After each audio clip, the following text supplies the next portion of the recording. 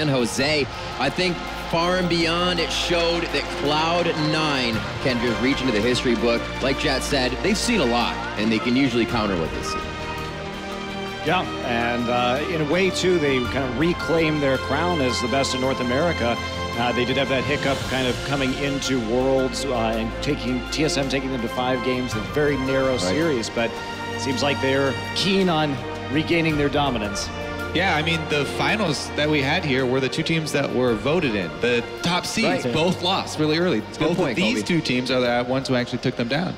Yeah, and I got to say, hats off to Meteos. He just basically gave a tutorial on how to play Champions in the New Jungle, and you don't have to just farm all game with the Devour. You can actually put a lot of pressure on the map. You can go around, and nothing against Kikis. It's just like you can actually go and do a lot of nice plays in the early game. Just because the jungle can rough you up early doesn't mean you can't be out on the map. So with what we've seen, obviously Cloud9 coming out strong, staying strong, being Cloud9. How is Unicorns of Love going to fare, do we think, in the EU LCS? They try a lot, they're diverse, they can still diversify even more as their pocket picks go deeper and deeper.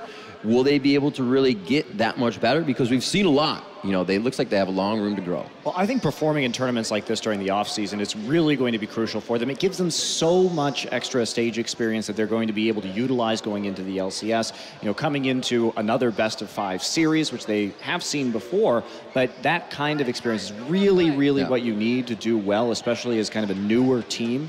And so I think they'll look back on this and gain a lot, learn a lot before heading into next season. Yeah, you just asked 3 ex-CLG people about potential. Hey, don't wrap me up into that. That was after me, okay? All the potential was after me and you, okay? Well, if it was, yeah, exactly. Okay, so just him, just mine. Damn it.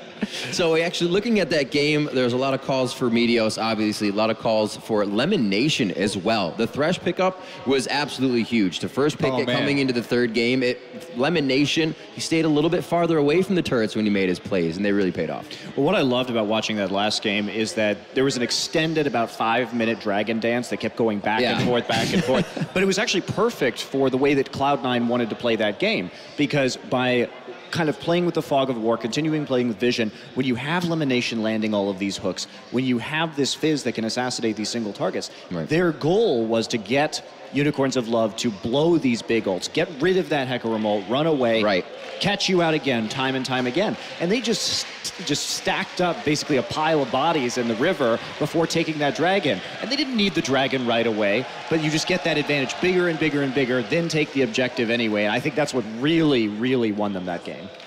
Yeah, the dragon bait kind of sat there for quite a long time. Nobody really ended up taking it. Oh, I also wanted to point out that early in the tournament when Balls played Maokai, he went for the Roa build, and then I guess after playing against Alliance and Wicked, he's like, hey, that's actually a pretty annoying build to deal with. So he took a page from his book and ended up going with that.